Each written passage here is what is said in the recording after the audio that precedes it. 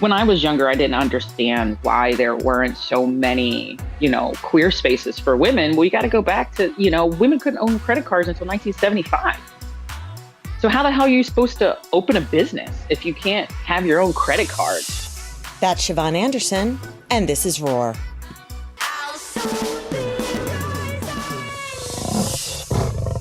Hi, everybody. This is Danielle Davies, your host of Roar. Today's guest saw something missing and decided to build it. Chivonn Anderson is the founder of Marsha's, Philadelphia's very first queer women-focused sports bar, and it's located on South Street. What started as a very personal frustration, wanting to watch women's sports in a place that actually felt welcoming, became something much bigger, a place designed intentionally for community, visibility, and joy. Chivonn's path to opening Marsha's isn't linear. She brings a wide range of lived experiences to this work, experience that informs how she thinks about leadership, safety, and care without defining her by any single chapter. That perspective shows up not just in what Marsha's is, but in how it operates and who it's for. Marsha's is named in honor of Marsha P. Johnson, a reminder that queer spaces have always been about more than nightlife. They're about survival, celebration, and being seen. And at a time when spaces centered on queer women have been disappearing across the country, Marsha's feels both timely and deeply necessary. In this conversation, we talk about what it takes to build space when there isn't one, why women's sports became the catalyst, and how personal history can quietly inform leadership without becoming the whole story. Welcome to Roar, Chivonn. Thank you for having me. We're very excited. As I was saying earlier, I'm a Philly girl at heart, so I'm really pumped that this is here. And I spent many years on South Street hanging out there myself. So I'm very excited for something new too. But let's talk about this, by the way, as like a country. I don't know if everybody knows this, but nationwide, we've seen a sharp decline in LGBTQ spaces, especially those centered on queer women. Why do you think those spaces have disappeared? And I'm not saying it as like a statistician or a historian, but personally, what do you think gets lost when they do? Well, a lot of things that people don't understand when it comes to running and operating a business, your overhead is very expensive.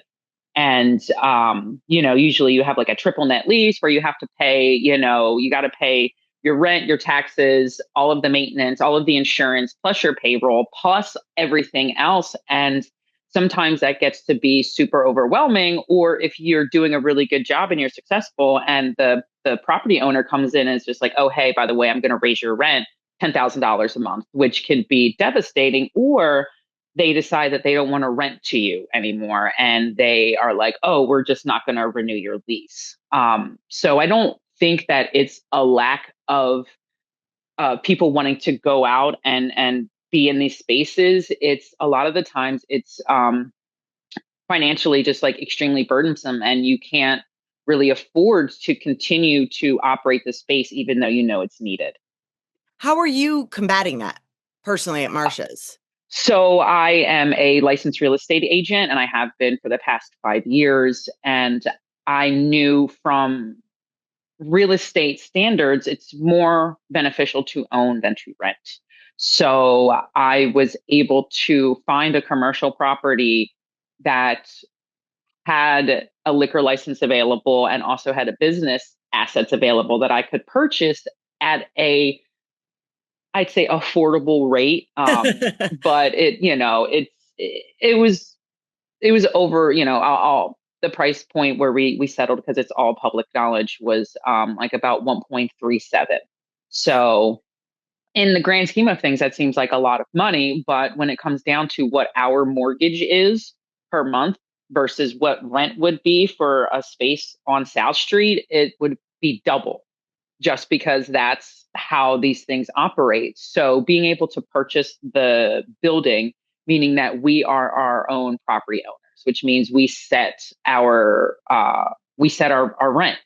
And we know that all of the improvements that we're doing to the building are going to benefit us in the long term, which means we are investing in the real estate, which in 2 years, when we have the building reappraised, the third floor is going to be completely redone. The second floor is going to be open and functioning as another bar and venue space. So that means the real estate, the value of that is going to increase, which means that's more money available for us to pull out once we refinance to purchase the next Marsha's location. Oh my So God, you're so thinking ahead. That's awesome. That's awesome. yeah, so I, kind of go down a rabbit hole, but it's important, and I didn't want anyone to have any control over what we do because I've been in those situations before, and I was like, if we're gonna really make this work, we have to own literally everything, and that's kind of where we are right now. It's funny. I don't operate in real estate at all, but in terms of like online space and podcasting or marketing, anything, there's so much talk always, and it comes on repeat. But owning your own space, even on the internet, versus putting all your, you hear people who are like, I had 60 billion followers on blah blah blah, and you lose it. It's just such a Hmm. risk, and you've Hmm. taken kind of that risk out of it, which is awesome. And being on South Street, it's like there's no greater advertisement. You're right there. Right. And let me say, like, there's risk involved. There's always risk when you are doing any kind of business. Like, it's just, is it calculated risk? Is it worth us doing this? And the answer was yes, because I believe in our concept. I believe in the team. And I know that we are fulfilling a need that has been lacking in Philadelphia, but also in the surrounding areas as well. I was just going to say, speaking of Philly specific, what did it feel like to notice the gap in your own city? I mean, it was always there. It's not like you notice it. It's just there. So it just gets to the point where you want to do something, but it's difficult to make sure it's a game of chess. You want to make sure you're making the right moves at the right time. And when the opportunity presented itself for me to be able to purchase the old Woolly Mammoths on South Street, I knew the universe was just like, you've been working towards this. Here's this opportunity. Now, what are you going to do with it? And I, like, talking to one of my partners last night. She lives in Texas. We were talking about it, and she's like, sometimes you just have to leap and know that the net will appear. Yes. And that's just kind of what we did. I was like, we've been doing this for a really long time, and why not do it for us? Yes, yes, yes. Congratulations. Well, and another thing, besides the fact that it's Philadelphia, I feel like you hear people, and I don't know these people, but I do, but I do hear people say things like, do we really need queer spaces? Like, do we need a dedicated space? Isn't it like it's 2025? We all get along. How do you answer that, especially right now? That is definitely not true. Like, you have spaces basically dedicated to kind of like everybody or every kind of like social niche or anything like that. And it's about having safe space. It's about having a space where you feel as though the owners and the people working there reflect your ideals and who you are as a person. And when you can go into a space and be like, wow, these people really understand myself and the struggles that I face every day, just existing, just trying to be who I am, and to have a space where, you can walk in and you can be yourself and no one's going to bat an eyelash. And that is extremely important. And we're trying to make Marsha's that space for everybody in the community. And you don't necessarily have to be queer, but it's about being yourself, being safe, and feeling comfortable. Absolutely. And also, there are still some gay bars in Philadelphia, Mhm. but this is sports related. So you mentioned something about how this like initiated for you, and let me go back. You were a bar owner before. Yes. So this isn't a completely like brand, you weren't a No. florist and now you're becoming a No, bar. absolutely not. So you were a bar owner before. This wasn't like completely a change of pace, but the Mhm. sports part is also a new change of pace, right? Mhm. Because didn't you Yes. go into, can you talk to us a little bit about what inspired it? I had the opportunity to like be with one of my best friends and knock something off her bucket list, which was going to see a women's World Cup match, and we were able to do that in 2019. We were able to go to France, and we were able to watch the U.S. take on France in the quarter final match in Paris. Oh my And God. our seats were second row center goal. Like, and they only cost $22. Oh my God. It's like it That's was insane. crazy. That's insane. Yeah. But it was such an amazing experience. being over there and watching this match, in person. And then we were still traveling in Europe when the semis were on. So we were in Prague and we were able to go to a pub, and, being the Americans that we are, I was like, oh, let's try to go reserve a table. And we go in and, we reserve a table, and then we come back later and it's packed. And like they got one TV on in there, and it's the women's, World Cup semifinals. So we're all pumped when the, US wins. We're like, we're going home. We're gonna watch the final. It's gonna be amazing. We can be like, we were there. We saw that quarterfinal match, and we go to a local sports bar, and this In place has Philly? like Were you in Philly, Okay. on South Street. I'm Oh, not going to say the name of the okay. bar, No. but they got like 40 TVs in this place, and it was a Sunday at like noon, and we were like, all right, put the match on, and the bartender was like, no, and we're like, what do you mean no? Like it's the FIFA Women's World Cup, like the US is in the finals. Like, what do you mean? No, you don't want to put the TV on. He's like, there's a Phillies game on. I'm like, it's a regular season Phillies game. You got 40 TVs. How about you put one on? And I mean, there was maybe 15 of us all wearing our jerseys. It's like noon on a Sunday. Like, come Right. on, bro. Like, you want these people in here. It's not the And World Series. Like, right, and eventually he kind of gave in and put the TV, switched it, and then more people started coming in for final. So eventually it was on like every single TV, and the bar was packed because people wanted to watch this match. They wanted to support their country, support their country, support these athletes who dedicate their entire lives to get to that point, the finals in the World Cup. And the least we can do is like watch them on TV. yeah. I mean, well, and you know what? That's the other thing. It's like you're doing this, you've got this bar for a variety of reasons, right? You're a bar owner, it's this bar, et cetera, and you're supporting the community. But I love the fact that you're also supporting women's sports, which just don't get the attention that men's sports get anyway. Right. It's because the powers that be, and this is what I'm trying to work towards, they didn't see any way to make money in advertising. And all of a sudden that narrative has shifted. So they're like, oh, well, we can, we were able to generate some money from these, particular from just this industry. So let's start promoting. And I'm like, okay, that's fine. We got to get our foot in the door somehow. Right. So now we're here. Now what do? We have to show up. We have to let them know that, yes, we are going to support these women as they are at the height of their career. And we're going to tune in at home. We're going to go out to different bars or restaurants to watch them do what they do best. And we have to just continue to strike, because that momentum is going, and I don't think it's going to slow down. But it's important for us to stand up and show up and be like, look, we're here to support these women, and this is the one way that I can show up and help them, is by creating the space for people to come and watch a game together. Because it's nothing like watching a team you love with a group of people that make you feel like you're, a part of the family. And whether they win, lose, or tie doesn't matter. You get to experience that with people, and that, that stays with you. And that's what we're trying to make Marsha's be for people. Quick pause, because if you're listening to Roar, I have a feeling you're exactly the kind of person I write for. I send out a Substack newsletter where I go a little deeper, more personal stories, behind the scenes thoughts, and honestly, some of the things we don't always say out loud here. If you want to stay connected between episodes, you can find it at roarwithDanielleDavies.substack.com. I'd love to have you there. And now back to your regularly scheduled podcast.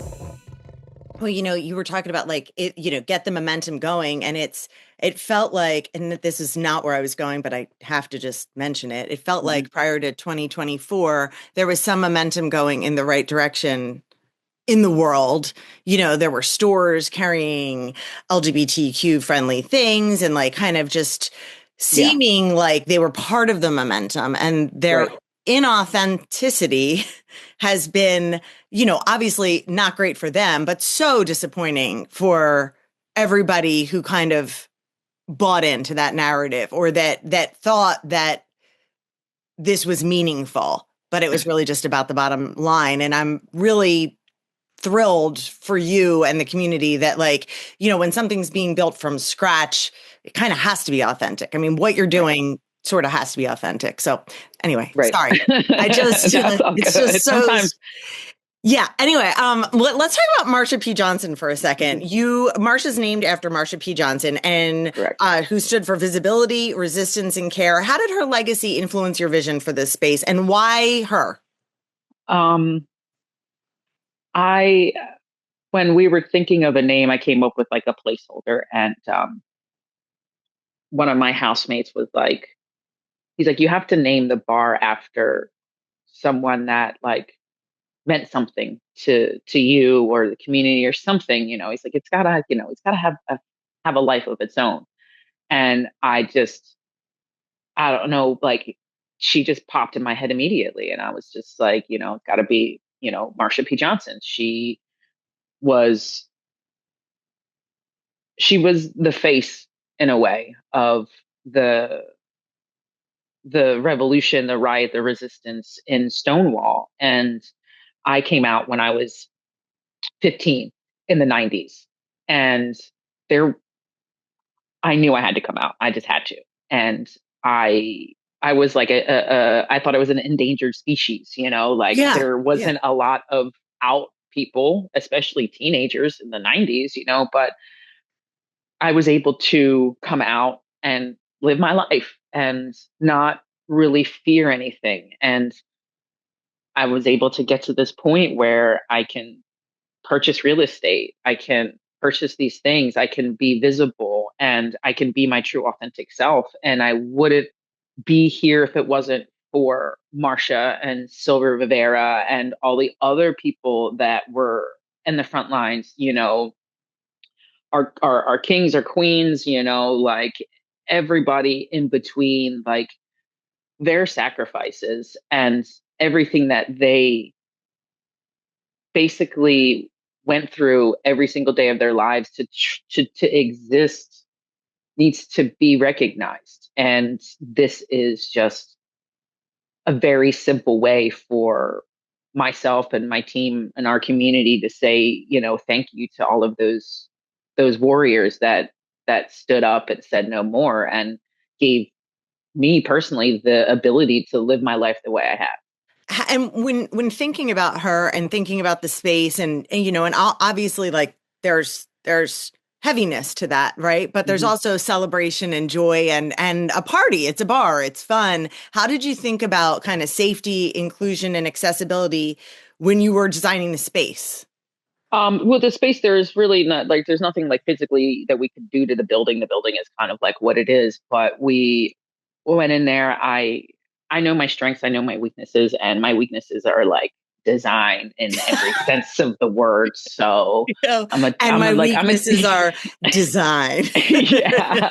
So I was able to connect with a local interior designer and a local graphic artist, and we just talked about what we wanted the space to feel like. And color scheme is very important, like making small little changes to this space to make it feel like you're going into, because it's a row house, and Right. I wanted to feel like you're going into, like I like to describe myself as your baby crazy aunt that's like, come on in, let's have some fun before you gotta go back home to your parents. But just has that like fun, exciting vibe. And the energy is extremely important.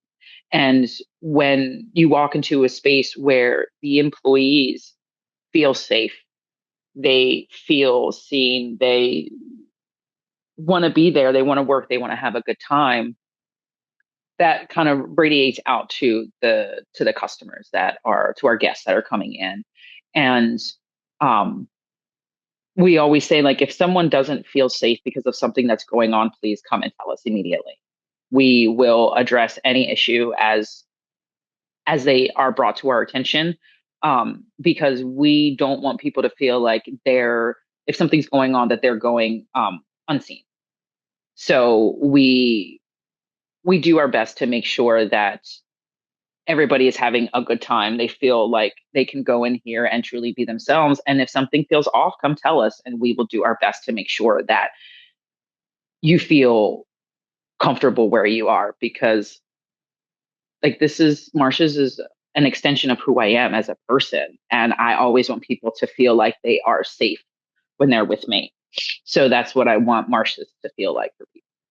Well, especially, and we were talking earlier about before we went on air that you've had some personal experiences where you were not safe. You did not Right. feel safe, and more so, people did not have your back when you went Right. to them. So, how has that perspective show up in Marsha's?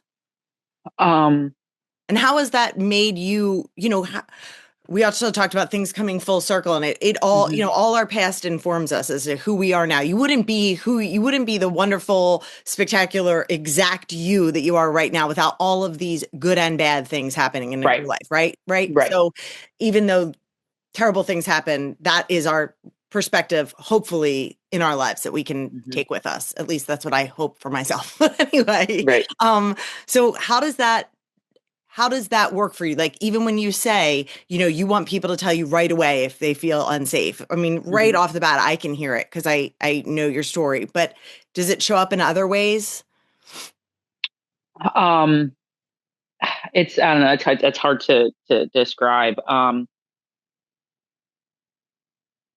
What happened to me was the fact that a predator was allowed to survive in an environment where it should have been destroyed. And people just were like, oh, that's not my problem. That's not my problem. That's not my problem. I'm focused on my career, and that's all that matters. Um, but there are opportunities in your life to do the right thing, even though you know it's not going to end well. And you have to live with yourself. You're the only person that goes to sleep with what you did and wakes up in the morning with how you feel about it. And um, we don't really have a lot of control in our lives. We have the ability to make decisions and react to how other people make decisions. Um, and I've always just wanted to operate in a way where things are open and safe. And if there's anything going on in your life, whether you know me or not, like you can come up to me and you can talk to me, and I will do my best to try to figure out a way to help you through whatever is going on. But I don't know, it's like fear. Fear is something that you can't let rule your life. Because if you're afraid to do anything, then you're never going to do anything. And I was just like, if I could go up against the military at 21 years old, then I'm pretty sure I can open a bar with people that I love when I'm 44. Right. Right. And you did that. Like, Yeah, that's impressive. And first of all, I just want to say you should never have had to. So that's right. a disgrace on their part, but also look at, I mean, talk about strength. Like, good for you. So, and Thank thank you. you. Thank you. And and I think about it all the time. And I was like, 21-year-old Chivonn. I was just like, it just got to the point where You're you a get, baby.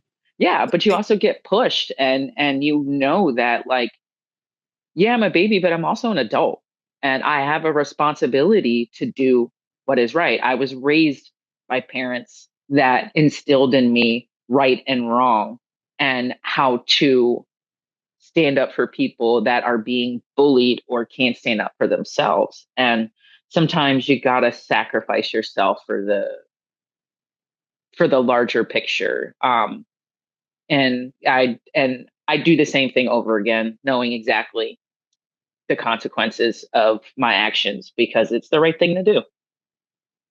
well, there need to be clones of you then, because that's because you don't hear. I mean, I actually do talk to a lot of women who I think are doing the right thing, and it's always inspiring. But I feel like even though 21 is young, and it is, or 21 is an adult, I have a 20-year-old son, and it's like, yeah, he's an adult, but he's like a man child, you Right. know? Yeah. So it's when you look back at even your 21-year-old self, you're like, oh, come here. Like, you're so young. You have so much. Right. Like So that my was like, niece is about to turn 21, you know, and yeah. like she is the age of I was when I was going through everything. And it's insane to think about like being her age and doing what I did like completely alone because I didn't tell my family until way after the fact. Oh my So God. like nobody knew what was going on. It was one of those things where you kind of keep it a secret because you're kind of ashamed. And it took a few years of intense therapy for me to really really tell my mom everything that happened. She knew some things happened, but I had to tell her, you know, all the I'm not going to go into it because we don't need to, but like the terrible traumatizing things that happened to me. And once I did that, I let go of that trauma. That trauma did not control me. I controlled it. And through therapy, I was able to put that experience in a little box, put it on a shelf, and leave it over there because it's always going to be with me, but it's not going to be in control of me. Okay, real quick. If you're listening and thinking more women should be hearing conversations like this, the best way to support the show is just to follow or subscribe wherever you are. It really does help it reach more people. Thanks so much. Okay, back to the show. Do you feel like that and that kind of lived experience and having that kind of extraordinary bravery at that very young age helps make you a more thoughtful founder or leader? I think so. I remember the first time I was like asked to be captain of like a softball team. And I asked my dad, like, why did she ask me? And he's like, well, she sees leadership in you. She sees that you can communicate with the team and that they'll respect you and they'll listen to you. And I was like, what? And he's just like, don't stress about it too much. Um, but he also like instilled in me something that, sorry, I got to plug my computer in. That he was like, you got to understand that when you ask people to give you 100%, their 100% is different than yours. It doesn't look the same. But if you know that they are giving you everything they have, then thank them for it. And that has really resonated with me in my entire life. It has how I look at things. You got to be a good follower sometimes to be a good leader. You got to know when to step up. You got to know when to be quiet, and you have to know that everybody is different. Yeah, very, very. And Yeah. okay, so now you're Hmm. open. Hmm. And congratulations. Thank What you. has surprised you the most about how people have responded since you've opened? I mean, the amount of thank yous that I get when I'm in the bar from everybody. And I mean, it goes from, you know, kids that are 21 to people that are in their 80s that come in and just thank me for opening the space, and I thank them for existing, for being out, for being themselves, because it takes bravery to be your true authentic self. And I want them to know that I recognize that and I am grateful and thankful for them, and that, you know, every dollar that they spend at Marsha's goes back into Marsha's and will go eventually go back into the community. So like I want people to see us so they know who is behind this idea of Marsha's. And as we grow, they can grow with us and know that we're not the person behind the curtain, you know, like we have faces, we're real, we have emotions, and we're trying our best to make sure that we do right by people. I love it. And I love that you're kind of, I mean, for me personally, being a Philadelphia local person, it's so meaningful that like the city of brotherly love can actually act like that because so Yeah. often, I work at a store sometimes and we have a clip. It's an Eagles hair clip and it says, no one likes us, we don't care. I'm Right. like, it's so funny because for the city of brotherly love, like that's the reputation. But I think that's for people outside, Outside, absolutely. Absolutely. within, It's we're like like, we're oh, family. Yeah. yeah, exactly, exactly. It's So like I it's can make just fun of you, that's fine. But if someone else from the outside comes and makes fun of you, we got ourselves a problem. exactly, exactly. But I feel like, the idea of what you're doing at Marsha's is bigger than a bar. It's bigger than the one. So what are your plans for the future? Because you mentioned already the second one. How many do you Yeah. plan to have? I mean, I'm trying to like we are building a brand and I want to franchise. I want to have multiple locations in Philly, tri-state area, and if we can franchise nationally, that's my goal. Oh, wow. And I am working with people to, we're already starting to lay the groundwork.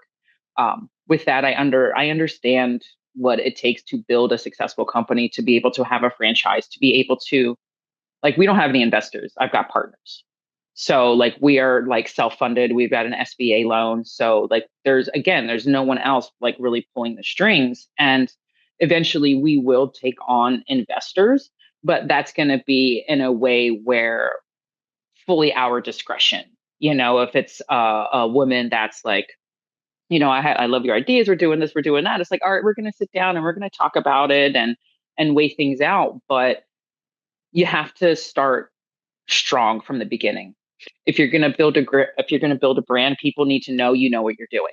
And that means hiring the right people to do the right jobs. So I hired an interior designer. I hired a graphic designer. I hired a PR team. I have an amazing chef. I've got partners that have been in this industry for a very long time. So we know how to do all of these things and we make it seem easy when it's incredibly difficult. It is incredibly expensive, but you have to, in my experience, you have to start in a way where people are like, they know what they're doing. And we do. And I have a foresight of where I want this business to go. And it's going to take us a long time to get there, but we're already making moves towards doing bigger and better things. And I have the team in place that allows me to think about all the block parties that we're going to throw coming up in April and May and June, everything that's happening in Philly, we are going to be at the, right in the middle of it. Like South Street is going to be a huge factor in this year in 2026 and Marsha's is going to be right up front. And I want people to know that we're professionals and we know that what we're doing and we just want people to have fun. And tell me like what you've done there so far in the space, because you say you've got the whole row house, right? Mhm.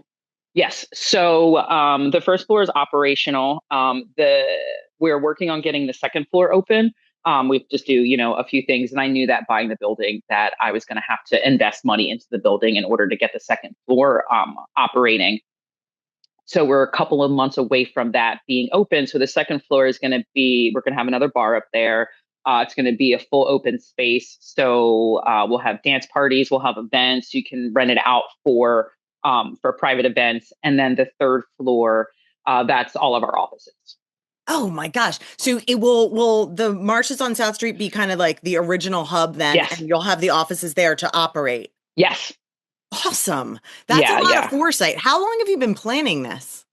Um, I mean, the idea of wanting to Because you're create a rolling it business and out grow a pretty franchise, pretty well. it's been something I think I've been working towards my entire life. I just I'm in the right place at the right time with the right people, and um, I have the experience of working at different companies, watching them go from a smaller operation to a larger national operation. And I worked for them. I was for a movie theater called Alamo Draft House. Um, and they are based in Austin, and now they're like a national company. And my business partner Trish, who's my main partner, she was the national food and beverage director. So we understand how to operate on a larger scale. And with the amount of talent that we have under one building for such a small space, it seems kind of redundant, but when you're looking at it as a larger picture, it makes sense because I already have my director of operations there. I already have my beverage director there. I already have my chef there that knows how to do multiple things and operate multiple locations at the same time. So we're building that foundation really strong. And moving forward, we're just going to present ourselves um, as a business that if you are an investor that wants to really, do something cool, you're going to want to come up and talk to us. That I think that's great. And I think it's great. It sends such a signal about, again, the city of Philadelphia to the nation. What do you for queer women who've never had a space like this in their city, what do you hope Marsha's represents even from a distance?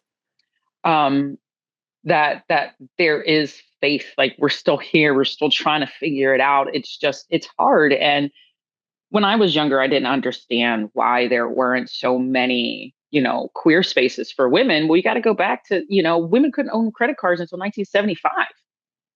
So how the hell are you supposed to open a business if you can't have your own credit card?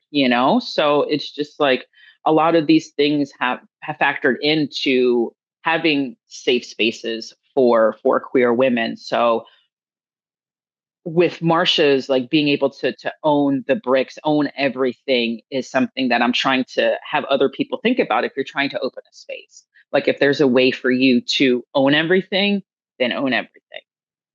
Have a team that understands and has experience in these industries so you know what you're getting into and how to be successful. Know that it's going to take a couple of years for you to break even. That's just, turn a profit. That's just kind of how it is. But if you're aware of that going into it and you set yourself up the right way, then you are setting yourself up for success. It's not the lack of people that are going to come to this space. It's the fact that overhead sometimes is just too much. And sometimes people get into an industry that they aren't truly familiar with. And sometimes um, just unfortunately doesn't work. Oh yeah. I mean, restaurants and bars, I mean, they're Right. notorious, right? They Hmm. just, Hmm. it's not without good intention that Right. they're going in. Is your goal for franchising for ownership of each location?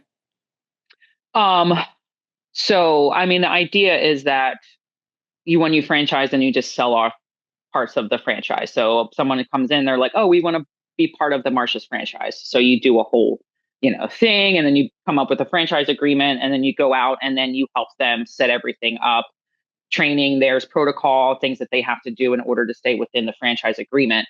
Um, but yeah, like still having ownership over the franchise, but then also giving franchisees the opportunity to be individuals, to do things that are unique to them. I would think with the franchises that we're just trying to create a blueprint and a structure Gotcha. for people Well, to, would you want them though to own their building? Like just out of yes. curiosity, you're Hmm. hoping, okay, got it. Hmm. Because Hmm. that way it at least there's always risk, like you said, but it Right. alleviates that particular risk, Right. especially if people, unfortunately in 2025, oh my God, it's 2026. Unfortunately, 26. in 2026, you hear a lot of